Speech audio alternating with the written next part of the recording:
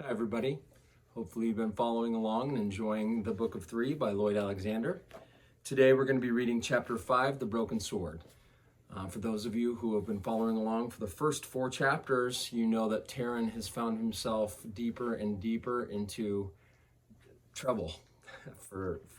That's the best way I can put it, because now we have Taran and Gwydion deep in the woods, and they are now surrounded by warriors. And at the end of chapter 4, the warriors had drawn their swords. So we're going to find out what happens to Taran. Chapter 5, The Broken Sword. Gurgi ran off, yelping in terror. Gwydion was at Taran's side as the first rider bore down on them. With a quick gesture, Gwydion thrust a hand into his jacket and pulled out a net of grass. Suddenly the withered wisps grew larger, longer, shimmering and crackling, nearly blinding Taran with streaks of liquid flame. The rider raised his sword. With a shout, Gwydion hurled the dazzling mesh into the warrior's face. Shrieking, the rider dropped his sword and grappled the air. He tumbled from the saddle while the mesh spread over his body and clung to him like an enormous spider web.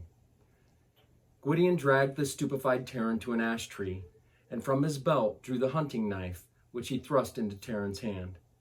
"This is the only weapon I can spare," he cried. "Use it as well you can." His back to the tree, Gwydion faced the 4 remaining warriors. The great sword swung a glittering arc. The flashing blade sang above Gwydion's head. The attackers drove against them. One horse reared. For Taran, there was only a vision of hooves plunging at his face.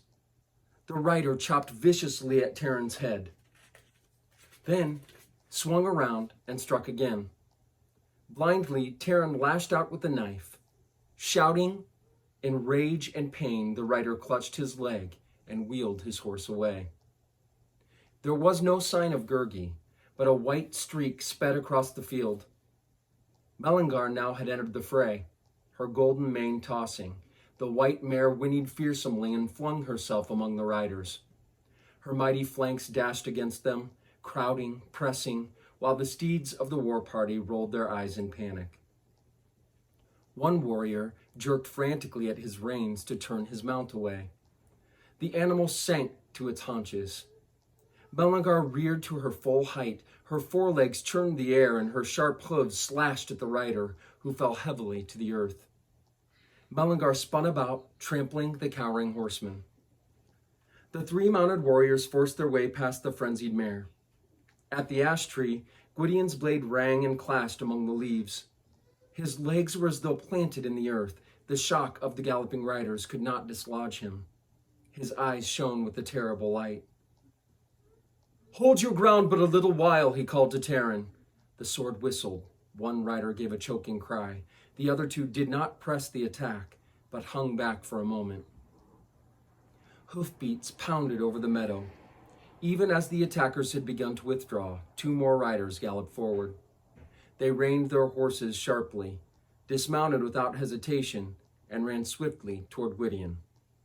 Their faces were pallid, their eyes like stones. Heavy bands of bronze circled their waists, and from these belts hung the black thongs of whips. Knobs of bronze studded their breastplates. They did not bear shield nor helmet. Their mouths were frozen in the hideous grin of death. Gwydion's sword flashed up once more. "Fly!" he cried to Taran. "These are the Cauldron-born. Take Mellingar and ride from here." Taran set himself more firmly against the ash tree and raised his knife. In another instant, the Cauldron-born were upon them. For Taran, the horror beating in him like black wings came not from the livid creatures of the Cauldron warriors or their lightless eyes, but from their ghostly silence. The mute men swung their swords, metal grated against metal. The relentless warriors struck and struck again. Gwydion's blade leapt past one opponent's guard and drove deep into its heart. The pale warrior made no outcry. No blood flowed as Gwydion ripped the weapon free. The Cauldron-born shook himself once without a grimace and moved again to the attack. Gwydion stood as a wolf at bay, his eyes glittering, his teeth bared. The sword of the Cauldron-born beat against his guard. Taran thrust at one of the livid warriors. A sword point ripped his arm and sent the small knife hurtling into the bracken. Blood streaked Gwydion's face where an unlucky blow had slashed his cheekbone and forehead. Once, his blade faltered and a Cauldron-born thrust at his breast. Gwydion turned, taking the sword point in his hand. The pale warriors doubled their assault. The great, shaggy head bowed warily as Gwydion stumbled forward, and with a mighty cry, he lunged, then dropped to one knee. With his flagging strength, he fought to raise the blade again. The Cauldron-born flung aside their weapons, seized him, threw him to the ground, and quickly tied him up. Now the other two warriors approached. One grasped Taran by the throat, the other tied his hands behind him. Taran was dragged to Melangar and thrown across her back, where he lay side by side with Gwydion. So things are not looking too good for Taran and Gwydion here. They're both tied up, they've been captured by the Cauldron-born, and I don't know about you, but I'd be panicking at this point. As a reader, we have to wonder how Taran's going to get out of the situation, or if he's going to get out of the situation, because now they're tied up and laying across the horse's back. "Are you badly hurt?" asked Gwydion, striving to raise his head. "No," Taran said, "but your wound is grave." "It is not the wound that pains me," said Gwydion with a bitter smile. "I have taken worse and lived." "Why did you not flee as I ordered? I knew I was powerless against the Cauldron-born, but I could have held the ground for you. Yet you fought well enough, Taran of Caerdalban." "You're more than a war leader," Taran whispered. "Why do you keep the truth from me? I remember the net of grass you wove before we crossed Avrin.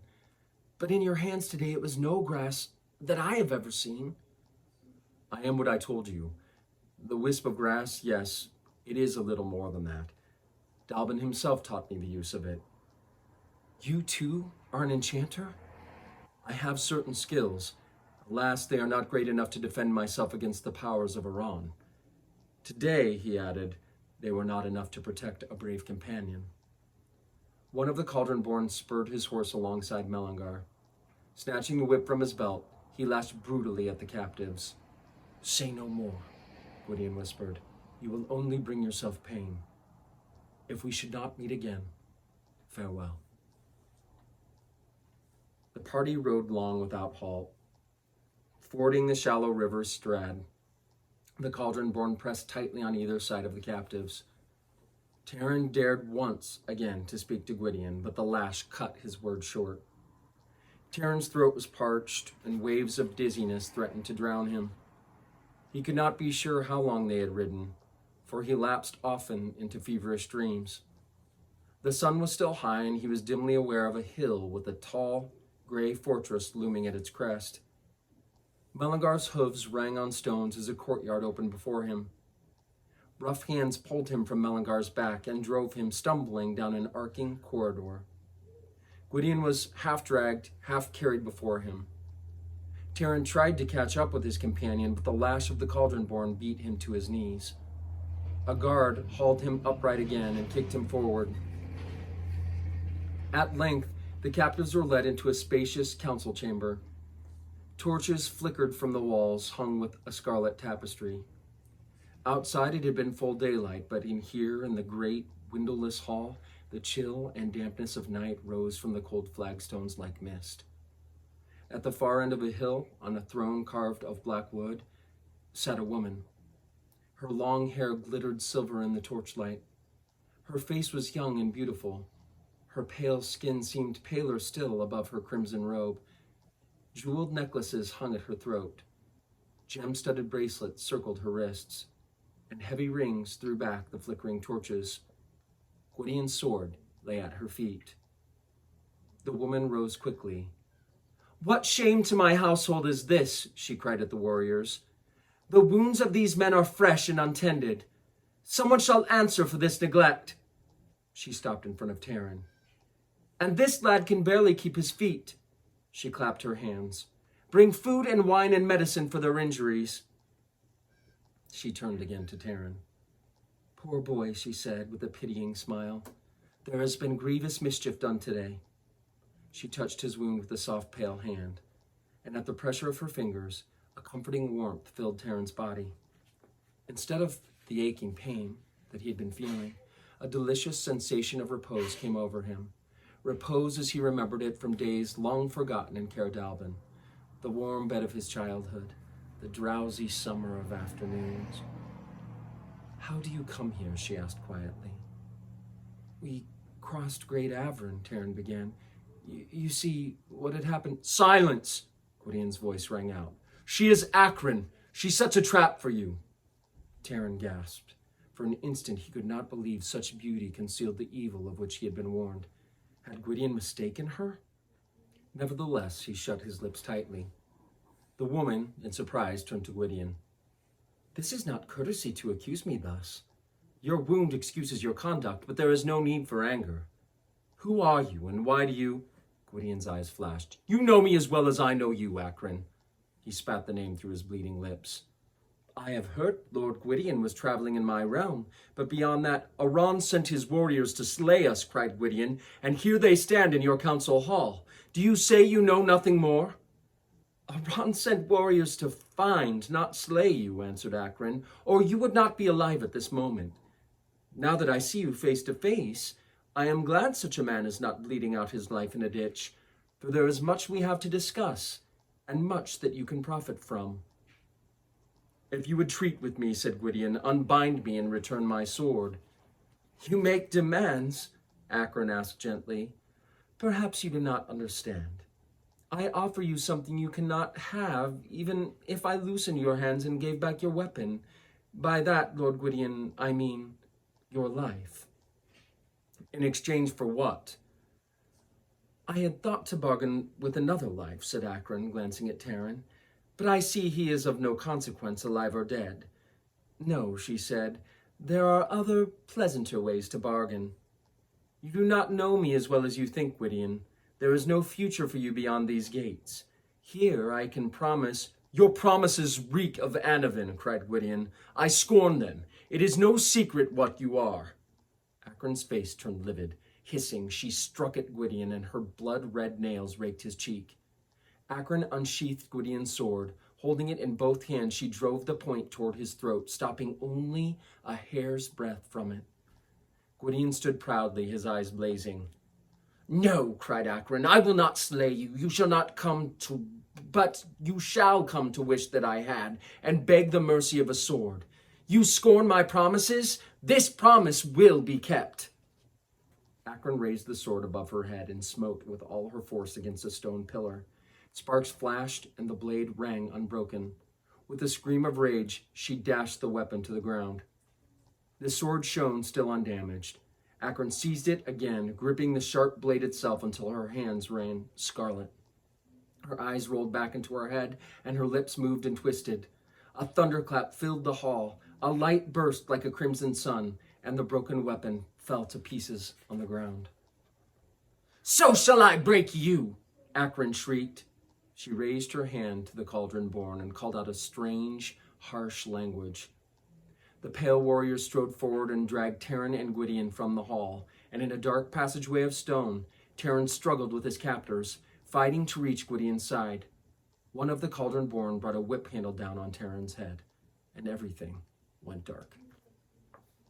So again, things get worse and worse, but in the next chapter there is hope, and we meet an exciting new friend that becomes an important part of Taran's story from here on out. So please join me for chapter 6, which will be coming at you soon, later on this week. In the meantime, stay posted for questions and trivia questions on our Facebook page and via email to our students. If you answer those questions, you can get points for your house. I'm also still awarding points for pictures of what you think Taran looks like, as well as Gurgi and or Gwydion. So keep reading, stay healthy, happy, and safe, and I'll talk to you soon.